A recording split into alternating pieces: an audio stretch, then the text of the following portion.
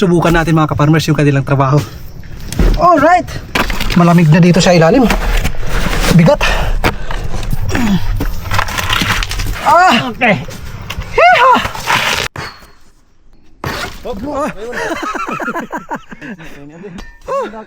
Kinabahan.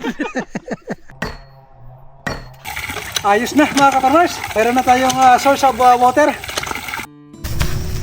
Magandang umaga mga ka-farmers. Dito na magtatanim kami ng tubo. Ang aming aanihin dito, tubig. Ito yung pinaka-importante sa lahat. Kailangan mauna muna ang tubig kaysa sa kuryente. Kasi kahit wala tayong kuryente, meron naman tayong solar power na binili. Ating solar panel at saka yung ating solar generator na maliit. Yan yung ating temporary na lalagay dito. Pagkatapos nito mga ka-farmers, bukas, ayan, yung Gemelina, yung mga tumba na yan, yun yung ating ipapatsinso para gawing bahay. Kulungan ng mga alaga. Alagang ito, ayan, kukulong natin.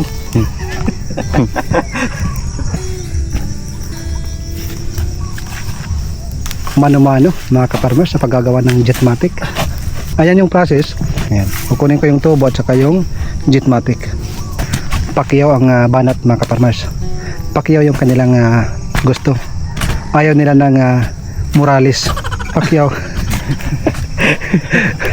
Malakas daw si Pakiyaw kaya mas maganda yung Pakiyaw. Mamaya pag-uusapan natin yung Pakiyaw. Iiwan muna namin sila. Kukunin namin yung Jetmatic at saka yung tubo na itutusok pa ilalim. Malalaman nyo kung magkano yung ginastos natin sa pagpapagawa ng Jetmatic sa ating patubig dito sa ating farm. Magkano kilo, ka-farmers? Pili tayo ng pangulam para sa ating trabaho. 320 sir. Ito na mga ka-farmers. Kargado. Ito yung tubo na gagamitin. Meron kaming lamisa para doon kami magtanghalian.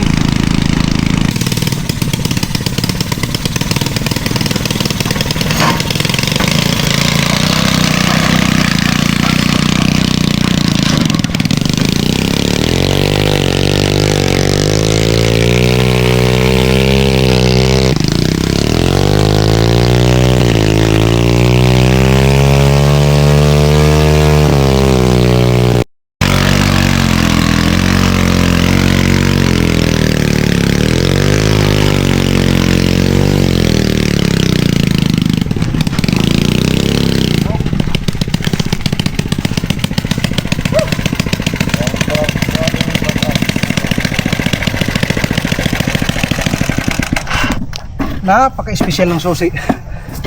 Touchscreen. Boros, nagod mo na no? Malalim na, lampas sa tao. Mga isang kalahati. Inadlaw ini doon kasi mana. Pag arawan na ka-farmers, 2 weeks. Pero pag Pakiyaw, alam nyo na. Trabaho di gulpi. Kung makikita nyo kanina, yung ibabaw is lupa. Pero sa ngayon, buhangin na mga ka-farmers at mayroong mga nakuhukay na malalaking bato. Ang ating hinihintay na mahukay yung kulay dilaw. Iwan ko baka may nahukay na sila. Kasi dito sa unang panahon na meron ditong dumaan na mga hapon. Ito nga yung aming tagahukay, yung si Kuya DR, may halahing hapon to. Sa Chinese ka Kuya DR. Butan talo bedjar. Ayan, abot pa na abot tanin, abot pa. Ay. Mano-mano, grabe. Hinukay muna. Hindi ko alam kung anong susunod na procedure. Abangan na lang natin. Ito yung tubo na gagamitin. Anong sukat ito? 20. Watak mo dito, watak mo dito. 20 meters? Watak mo dito. Wadak mo naman ko yan eh. Ang plano ko ka-farmers, pagkatapos maglagay ng Jetmatic, lalagyan ko ng simento. Lalagyan natin ng tiles para malinis. Natuwa naman ako nang makita ko yung buhangin. So ibig sabihin, hindi na tayo bibili ng buhangin Ang plano ko, bibili tayo ng kalahating truck, ipapabuhos sa gilid ng kalsada at bubuhatin papunta dito, isasakay ng motor. Pero since meron ng buhangin, sabi nga nila kuya, yung natatrabaho, Mamala to. yung lupa at saka yung buhangin, hiniwalay nila. Totoo ko nagpangdabot na. Ito yung pad na ito, may halo pa, may buhangin at saka lupa. Yung pure na buhangin nandoon. Galing din ha, di kaya? Magaling din. Hindi ko akalain mga kaparmers na sa ilalim ng ating lupa ay puro buhangin. Mga 1 kalahating metro lang, puro buhangin na ang naririto. Maglalagay kami ng tent. Dito yung ating munting salo-salo. Yung ating lunch. Ito na. Tapos na. Putulin mo yan. Diyan sa isang sanga na to. Para hindi makasagabal dito. Huwag tayo matigas. Diyan sa pinakapuno.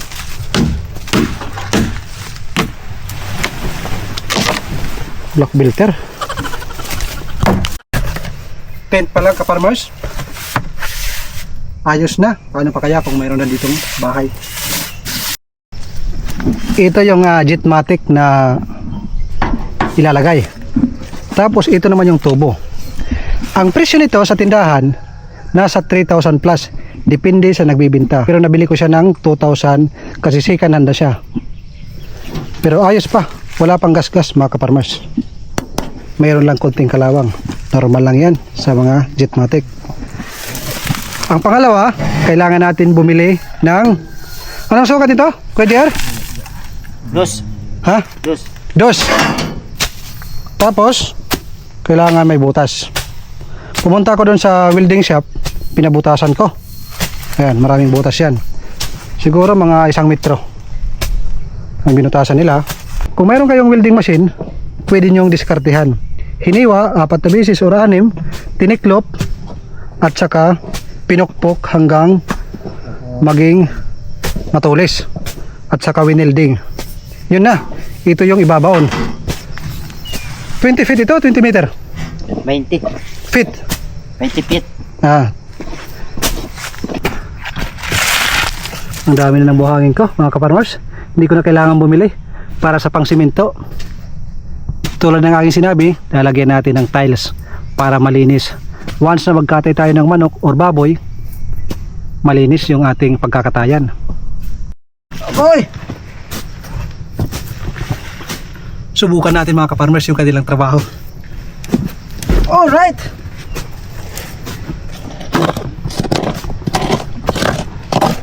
Pasa!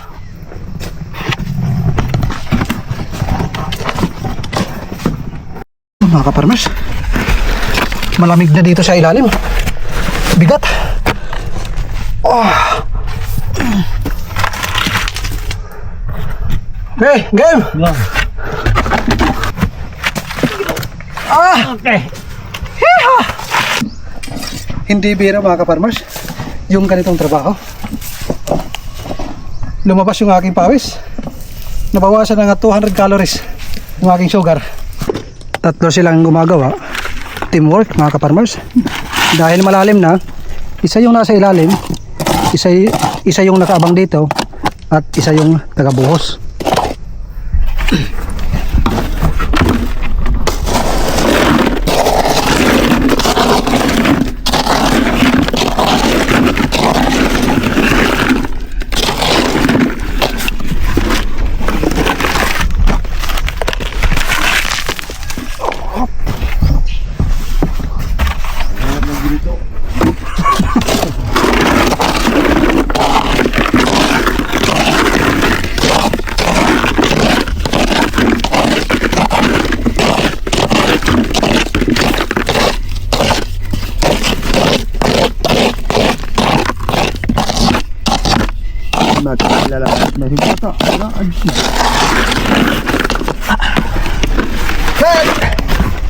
Ano? Saka ka? Ha? So ayun mga kaparmers, lampas na 2 tao yung butas. Kung mapapansin natin kanina, unang buhangin, medyo lighter ang kanyang kulay.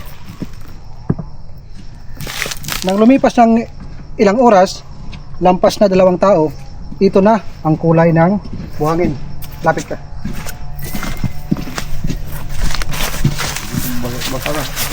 Medyo darker na at saka basa na mga kaparmers. Palatandaan na malapit ang tubig. Ito yung kanina mga kaparmers. Pinong-pino. Pinong-pino yung nasa ibabaw. Ito naman basa na medyo makapal at marami ng maliliit na pato. Palatandaan ito na malapit na yung tubig.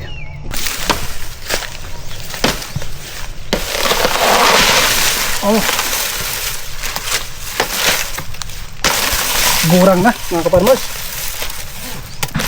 Ito yung masarap dito na saging, mabango pag nahihinog. Harvestin natin dahil wala ng dahon.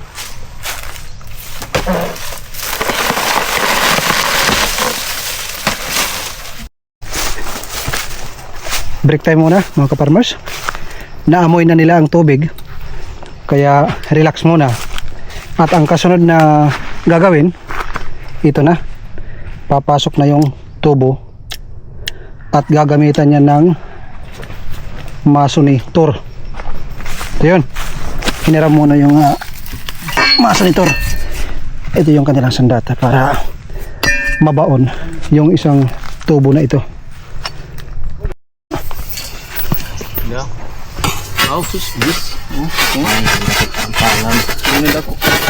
Yung isang tubo mga kaparmers nangalahati na, so maliit na lang yung ibabaon.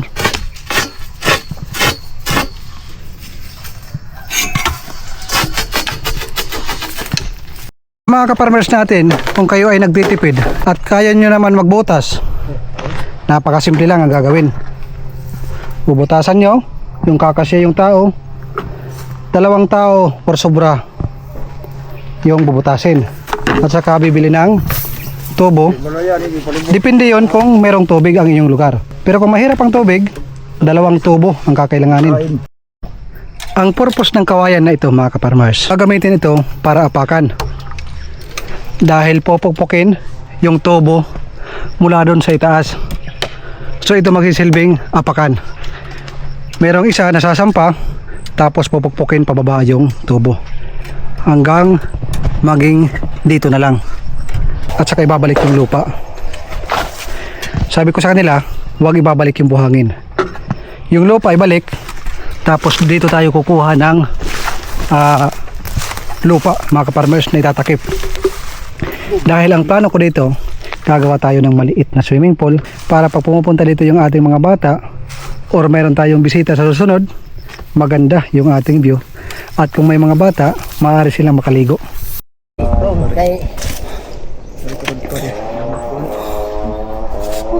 Papa! Go! Uy! Ubus kita na ubus! Sige, hindi dalo! Makuyap! Malikod ako, malikod para... Wala tining ang akuan. Ano to na? Ito na mga kaparmers, tumayo na. Ito rin sa isa sa kailangan bago pukpukin, meron tinatawag na coupling. Ano ba yung coupling na yan? Ayan. Matibay yan siguro, no? Hindi yan nababasag pag pinukpok? Ay, see. Sabi tubo ba yaw? Kailangan lagyan muna ng coupling bago pukpukin. Kasi kung ang tubo lang ang pupukpukin, masisira. Return ba yan? Masarap ng buhay sa probinsya. Mahangin, mainit, Pagunitan pa tumbo. pero walang stress. Teamwork ang kailangan para magkaroon tayo ng supply ng tubig. Tira kisa.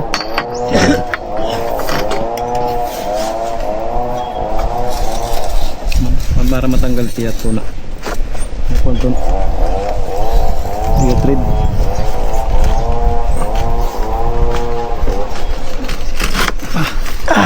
Tulong ako mga kaparmers, baka sakali makadiscount tayo. Oh, Imbis na 2,000 na lang, ayo tarik mo. 1,500 na lang. Idiyor ano gud na ko iyo. Oh, sige, okay na. Bago ang maso, ito muna yung kahoy. Ako magunit. Mayroong pako, Ayan mga kaparmers yung pako. Tapos ipapasok dyan.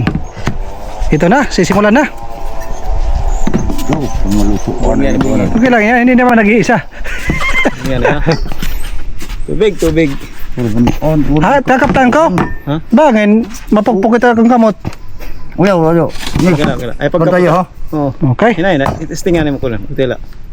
Oops. Okay. Oh, Hindi ito mo ibababa. Hindi mo oras dito.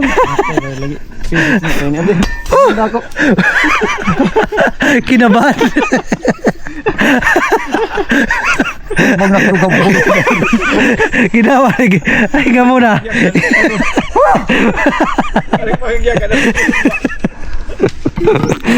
Hulog ka na kayo. Buka na paso. Pare, usa. Okay na ni. Masaya, mga ka-farmers. Kaya nagbuhay dito sa probinsya. Okay na to. Bumaba ako ka-farmers. Kasi muntikan na kanina. Baka magsabay-sabay kami.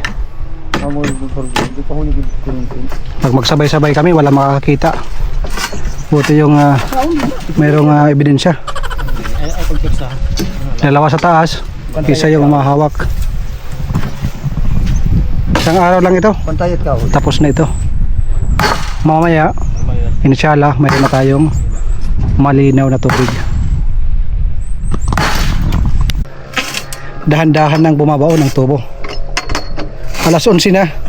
Kailangan muna namin kumuha ng pagkain para lumakas yung pagtatrabaho. Tara!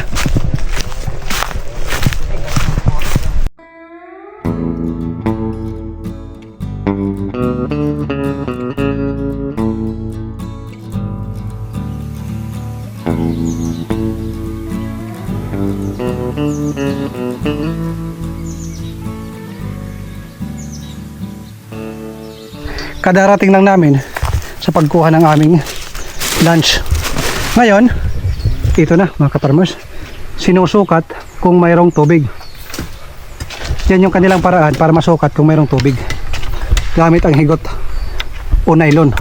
Higot ang tawag dito sa amin sa Leyte. Tingin niya, patingin. Tumutulo lang mga kaparmers. May tulo na. Oh, mamasa-masa na. Manamis na. Oh, kaming gasolina. May diesel. May diesel.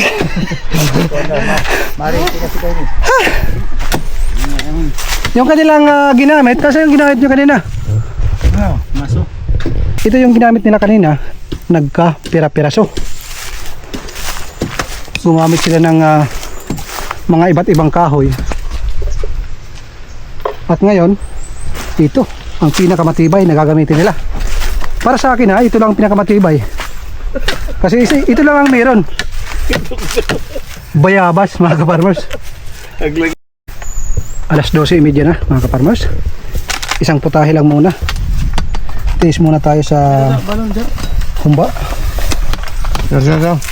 Kain mga ka-farmers. Lord, maraming salamat sa grasya.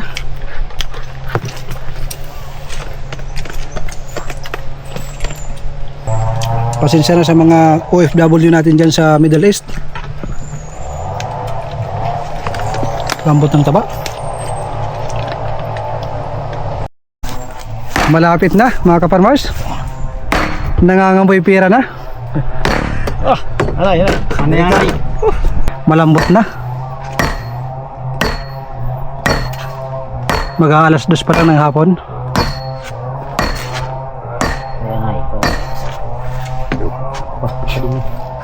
Ayan. Baba pa kay mas maganda yung mababa. Pixel, taas pa.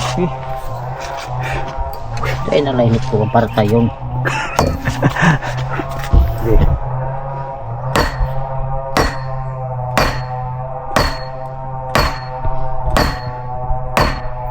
Lambot na. Op. Uhulugan ng nylon para makita kung may tubig. Kuan. Pera kadupa. Ang pera tubig kadupa. Tubig na? Tumutunog? Oops. Ha? Tubig nga. Hindi nga na lang po ata. Nalutaw. Sige, hulaw iho. Nalutaw. Nalutaw. O, di ba hindi kaya magsisi. Okay na. Ayan na, tama na yan. So, ang butas mga kaparmers is lampas 2 tao. Pagkatapos, binaon na yung tubo. Isang piraso lang mga kaparmers. Nagkaroon na kagad ng tubig. Yan. Yan. Mantika, ayaw na. Okay na. Ayan, testing pala. Testing pala. Kaya. Tiplong. Testing na. Sila. Testing. Bago mag-final. Ayos mga kaparmers. Magkakaroon na tayo ng tubig dito sa ating dream farm. Walang sabit. Tuloy-tuloy. Pagkamig ka nga niya ay pagduro. Okay na. Ayun na. Ay mabot ang bagay ng tiplon.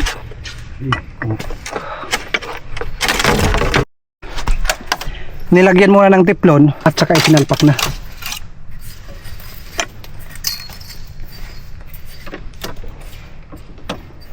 Ang nagastos ko dito mga kaparmers, Jetmatic 2,000, Turbo 1,100, Pacquiao nila sa paggawa 2,000. So bali 5,100 lahat. Kung isasama natin ang pagkain, sabihin natin 1,000 na lang, 6,100 lahat ng ginastos. May tubig na tayo. Bubuhayin na mga kaparmers.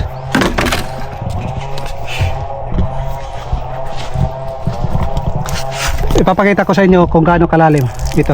Sama na.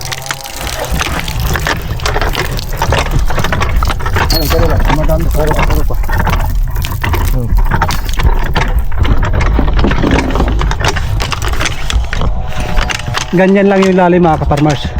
Yung 3 meters ko na selfie stick, saktong-sakto lang. Binubuhay na nila. Binuhusan ng tubig muna.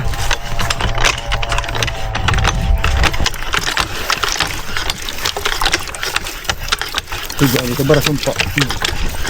Masarap yung mabot. Barat.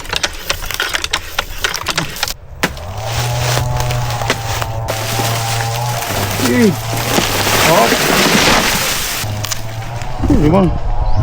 Pala itong talimbugo.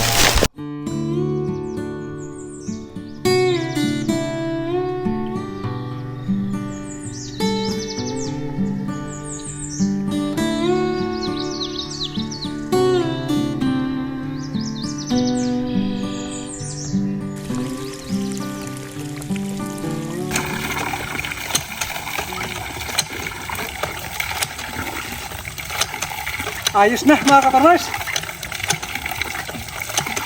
Meron na tayong source of water. Mabuhangin pa. Siguro mga 2 araw. Lapit mga dito.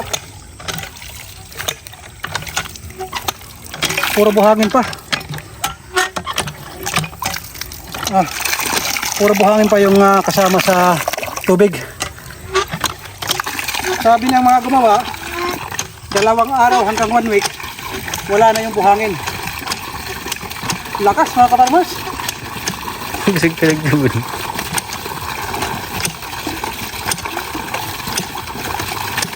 Nakakatawa mga kaparmers. Pagod ng araw na ito pero sulit. Nakakatawa lang tingnan na mayroon tayong improvement sa bawat araw natin ginagawa.